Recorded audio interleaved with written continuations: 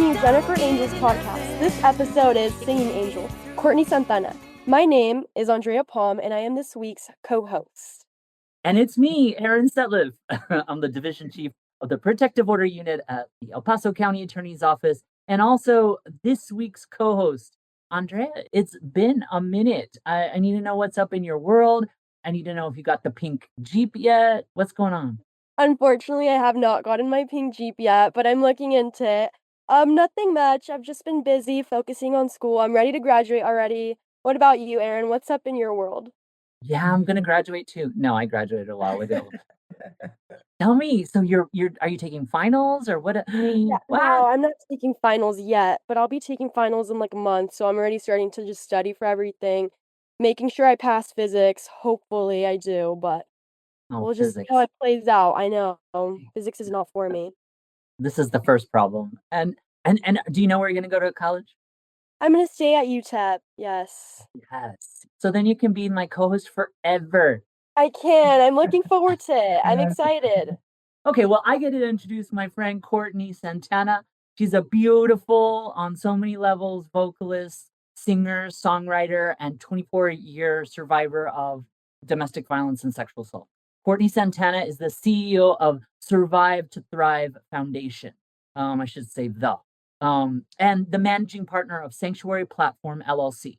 Courtney has served as a lobbyist on the Public Policy Committee for the Texas Council on Family Violence. She's been a commissioner on the Human Rights Commission for the City of Austin, a member of Austin's Reimagining Public Safety Task Force and the Equity Action Team. Courtney even authored Off Kilter, Getting Right After Abuse. And on April 24th, it's going to have happened already by the time this comes out, but she releases her first full record, Living Through It All, a fun, meaningful, just plain cool album, like on vinyl and everything. You may have heard this podcast theme song, Hardcore Believer, which Courtney generously allows us to use. So welcome, Courtney. Thank you for having me. Hi. It's so great to see you. You look like a superstar. Do I? Yes. I'm feeling a little raggedy today, but thank What, you. I appreciate it. what you been up to? Oh man, just busy trying to get the album is done and just planning and touring and trying to perform it as much as possible. So I go to London and Paris next week. That is so cool. Then I go to Nashville and I've got a few shows there. And then I'm going back to Austin to see my family and my friends. I've got some things going on there. I've got to move. Like, it's so funny to like, you're like, oh, you're a rock star. I'm like, yeah, but I still have to move. Like, I've got to move all my stuff into my house. I still have to do Yes. like that, which makes me crazy. But life is busy, but I'm very thankful. You asked for this. You asked for this, right? I did. Wow. I shouldn't have asked for all of this, but I got everything I wanted. I'm very happy. Yeah, we want to hear all about it. So my co-host Andrea gets the first question, and I think you might recognize it from a previous podcast episode we recorded, Courtney, but you take it away, Andrea. Yes, Okay. so I'm lucky to ask the first question. So who are you?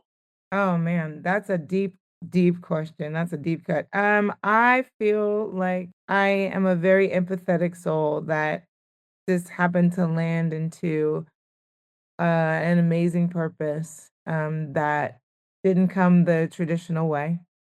So I feel like my purpose came through a really traumatic and hard time in my life, but being able to turn that around and make it into something else is what I feel like I was made for. I don't know. I don't think I've ever come into a period in my life where I've been so well defined and I finally feel like I'm there.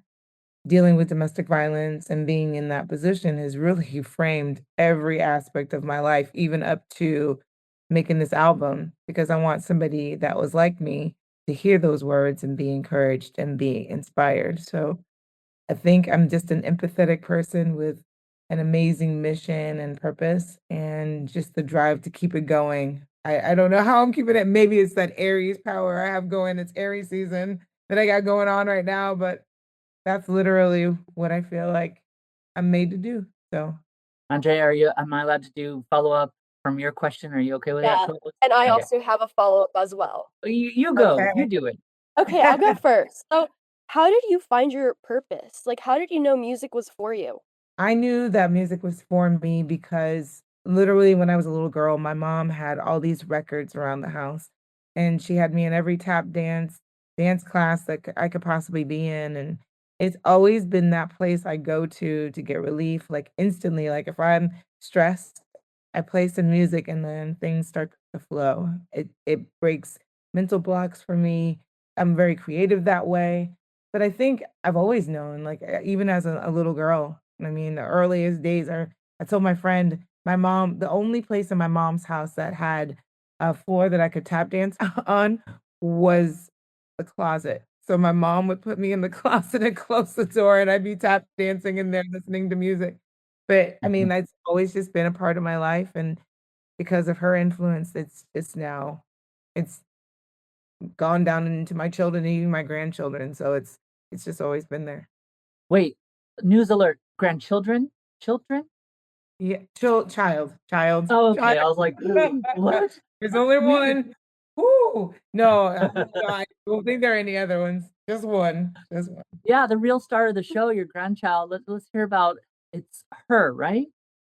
Yes, yes, Yeah. Estelle. Estelle is here, boy. She is a firecracker. She is everything. You think I'm saucy and spicy. This kid takes it up to a whole nother level. But she's amazing. She's musical too, and I absolutely love her. She's the best. So advocate is something that I highlighted in what I was reading, and then also you just referenced it. But survive to thrive and that work. I think last time we talked, you said something about 2026 being, no, 2025 being a year of planning and 2026 being a year of launching. Are you still Yeah. on that path? I'm still on that path actually. So Survive to Thrive, we did a lot of, direct services work supporting survivors. And back in 2017, I created that web platform, that technology called Sanctuary.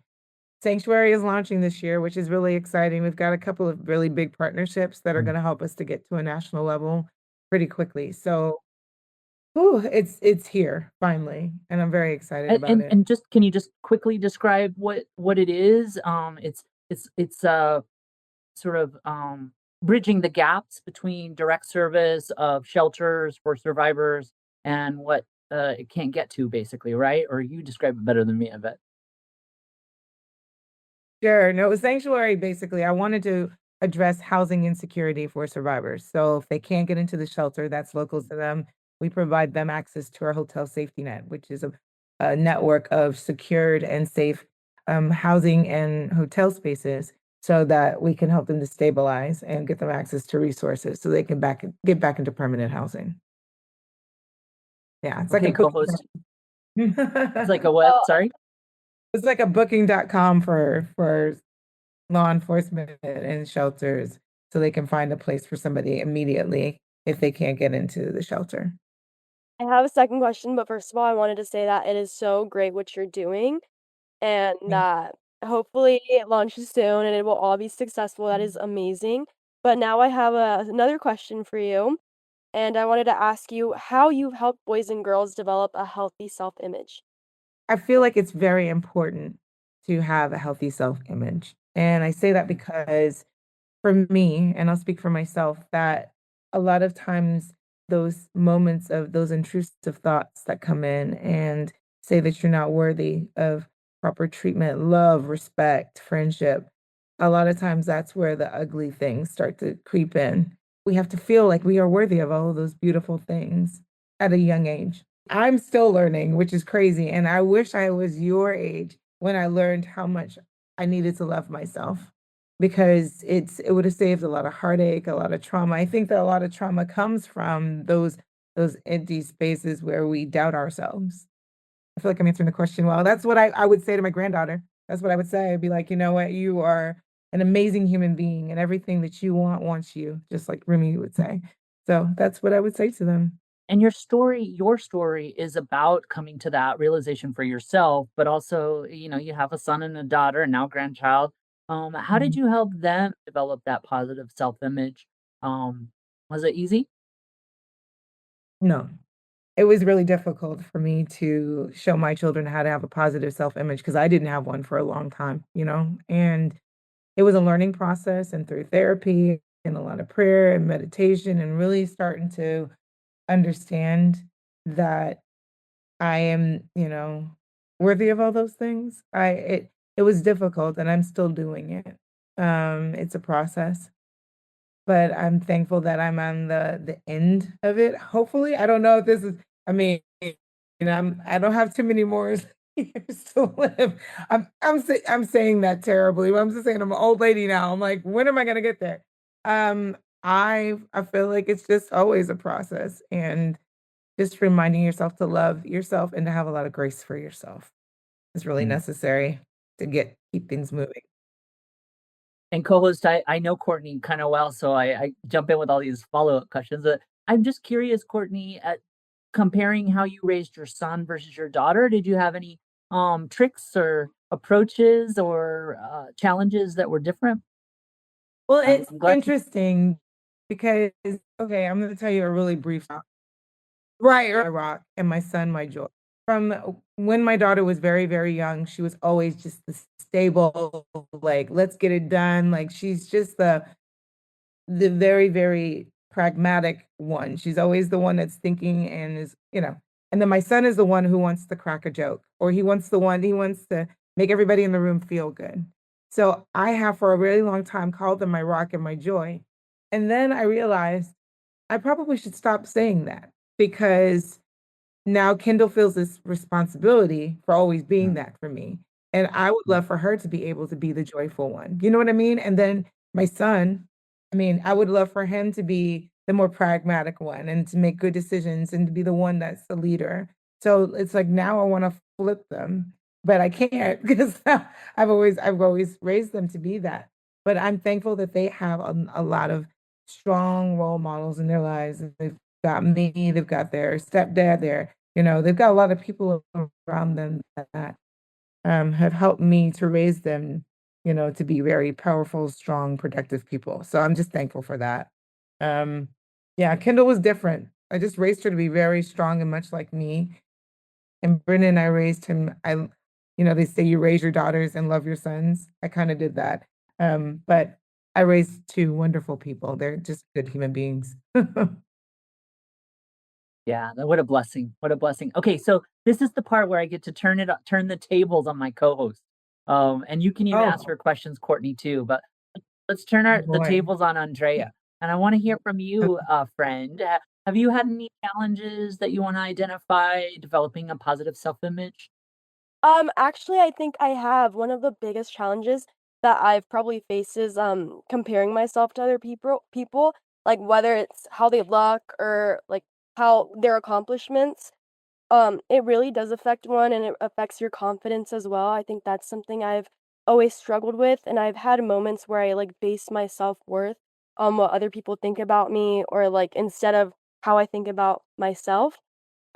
But over the time, I think it's taken a lot of time to just realize that a healthy self-image comes from like what you actually think about yourself.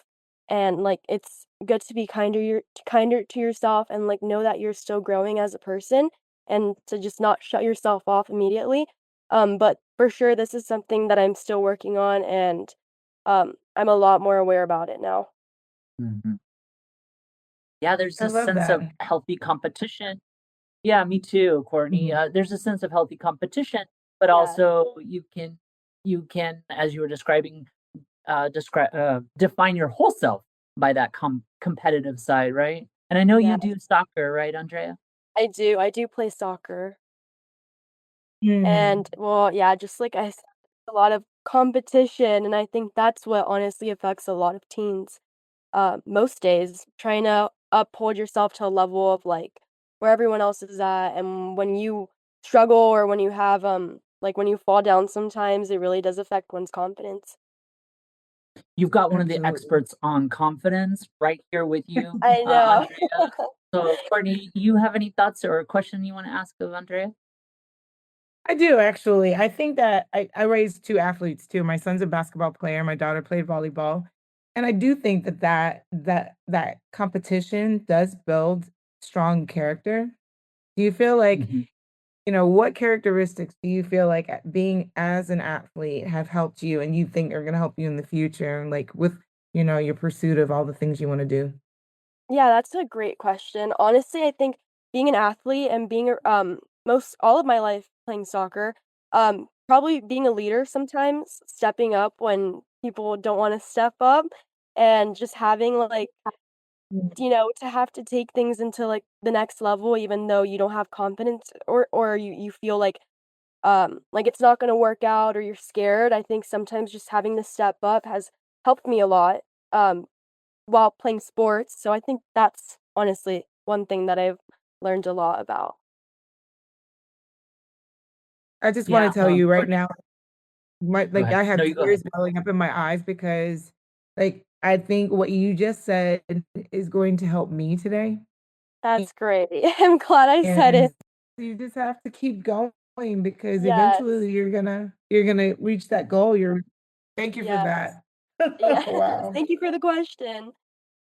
Yeah, so it's funny, Yeah. Courtney, I don't know, It's a good one. you and I you and I wanted to, I mean, we're smart people, but it took us this long to get so smart, and I just keep hearing these Yeah. co-hosts of mine on this podcast be so just wise and at a different place than I was for sure. I'm like, wow, she's already got that focus, and I think that she's done some work, I'm thankful to have a beautiful, wonderful mom, but I think that these parents these days are treating they're teaching and raising their children to be a lot more analytical and a lot more, self-aware. I listen to my kids and I'm just like, wow, I don't think that I was at that level at their age, but I'm thankful for it. I think it's beautiful. You're well on your way, my friend. Thank you. So, Um, now I think I get to ask the last question, right? Okay, so last Sounds question good. is actually a combo. So, I'll answer first and then I'll pass it on to you. If I mhm. could wave a magic wand, how would I help all the boys and girls grow up to participate in healthy relationships? Okay, so I actually think well, every young person needs to know their worth. Every young person needs to understand, their value because you're less likely to deal with being treated badly if you know your worth. And so also I think normalizing like conversations with parents about emotions and about like communicating since in a young age is also super important because that's your parents are the ones who help you build your self-image as a young kid. So I think conversating and talking about, like, emotions at a young age is extremely important. So Yeah. that's your magic I wand. think You got it's it. All great to right. have Yeah, go ahead, Courtney. I love their magic wand. I think that it's great that parents are also communicating with their kids. I think that there's some things that have gone unsaid in my life because, our parents try to shield us from things and keep us from seeing Mhm. like some hard truths that if I had seen that, maybe I would have made different decisions. So I love the open communication model. I don't think that kids should just have free reign, of course, because you gotta, there's certain things that we're trying to shield you from, but at the same time, we should be communicating and talking about that. So I think that that's really, really important. I Wait, love so that, you're and knowing stealing her yourself. magic wand, or or you have Yeah, I'm another gonna one? steal her. Let me see. What's it? What?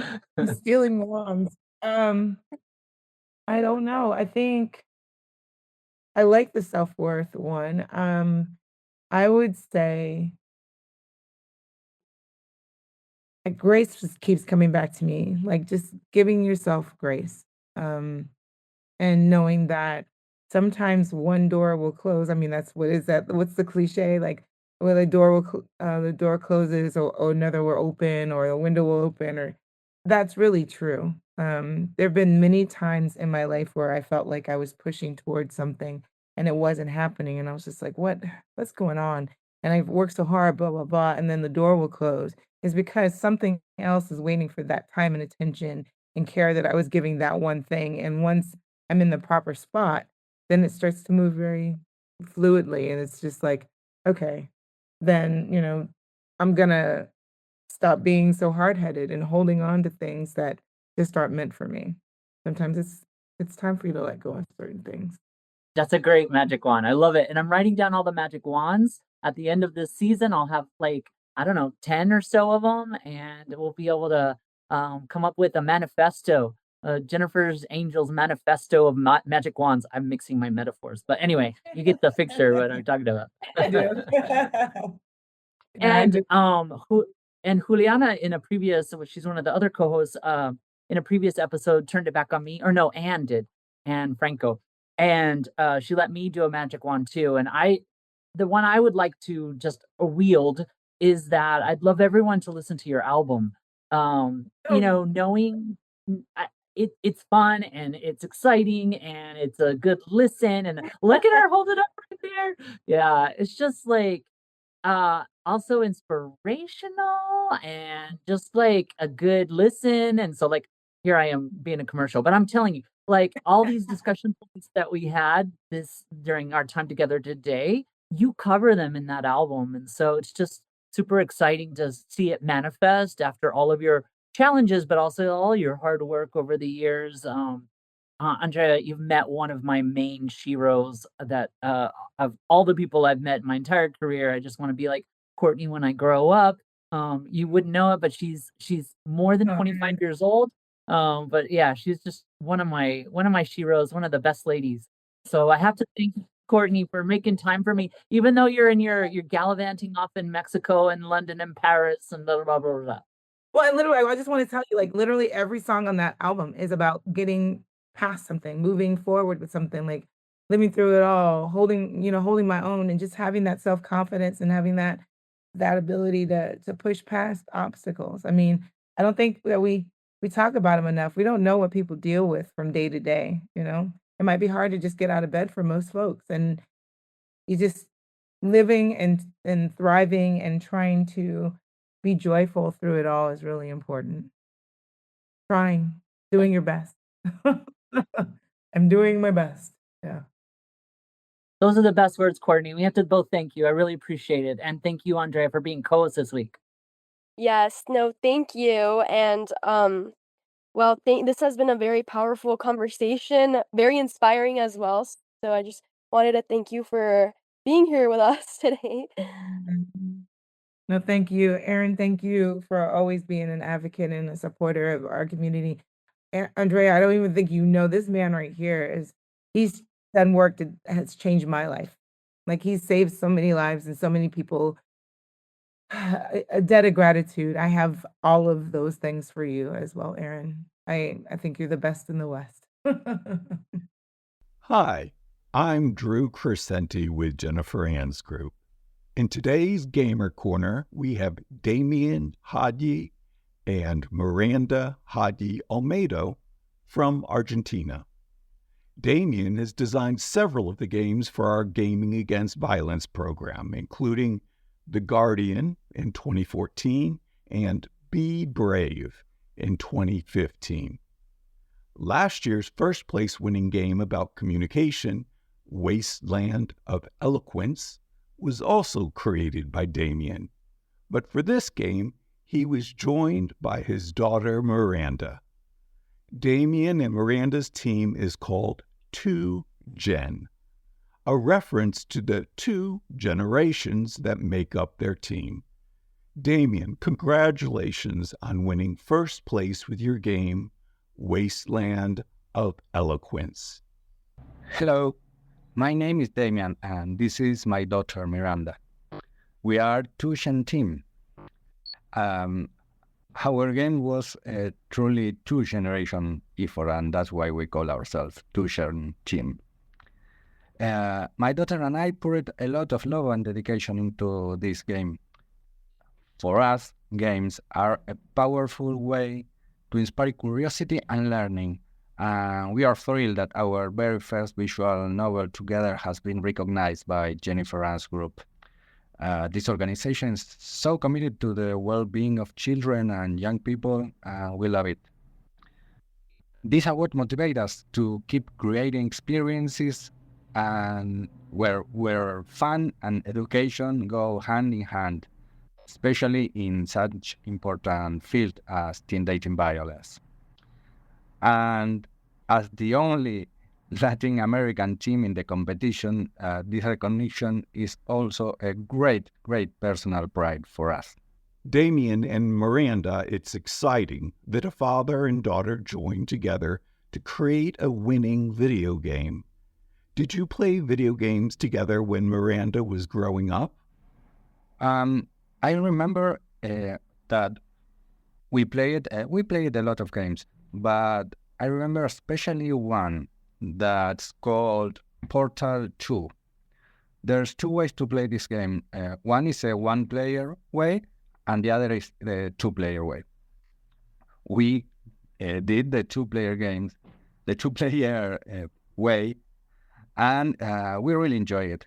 We really enjoy it because we have to put our brain together and solve those hard puzzles on that game.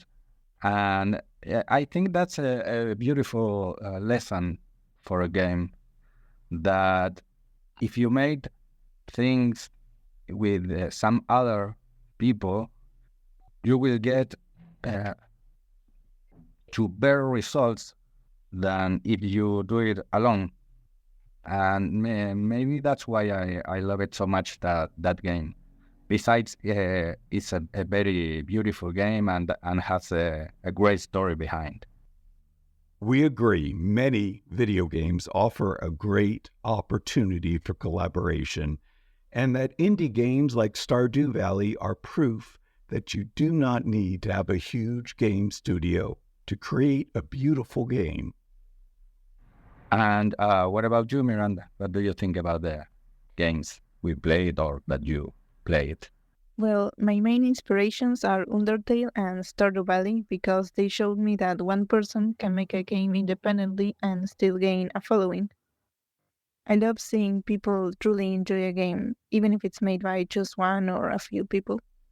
I find that really inspiring, and it makes me believe I could achieve something like that too.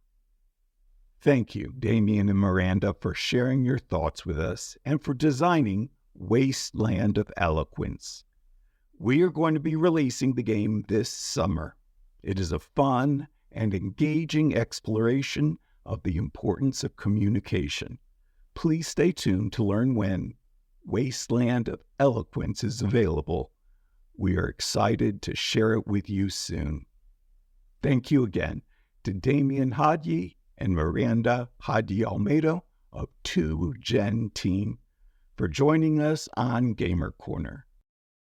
Hi, I'm Stephanie Yuen, and you may recognize me from the Jennifer's Angels Run, Jump, and Kick episode. I'm here to offer you my teacher hot tip. We've all been there, staring at a grade, a screen, or a scoreboard, feeling like that one moment just summed up our entire self. Like that one L is now tattooed on our forehead for everyone to see for the rest of our lives. But I want to challenge the way you're looking at yourself. We're taught to obsess over the finish line, but the finish line is a lie. To build a self-image based in resilience, one that doesn't shatter every time things get difficult, we have to learn to embrace the struggle and revel in progress. Think about it. The struggle isn't a sign that you're doing it wrong. It's the friction we feel in becoming someone more capable than we were yesterday.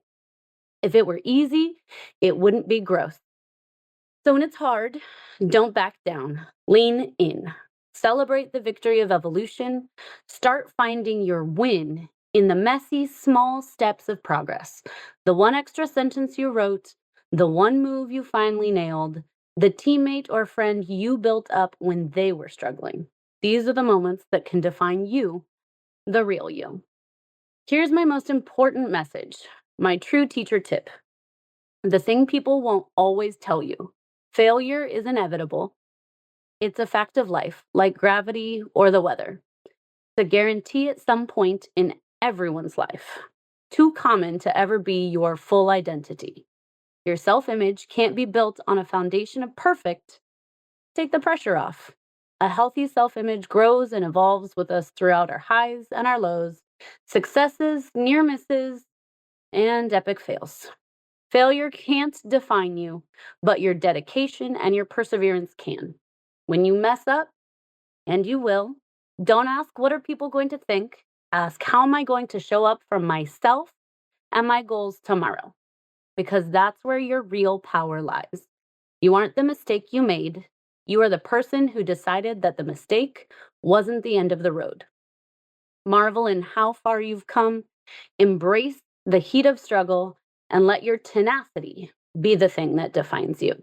Well, now I just want to give a special thanks to Jennifer Ann's group for supporting this project.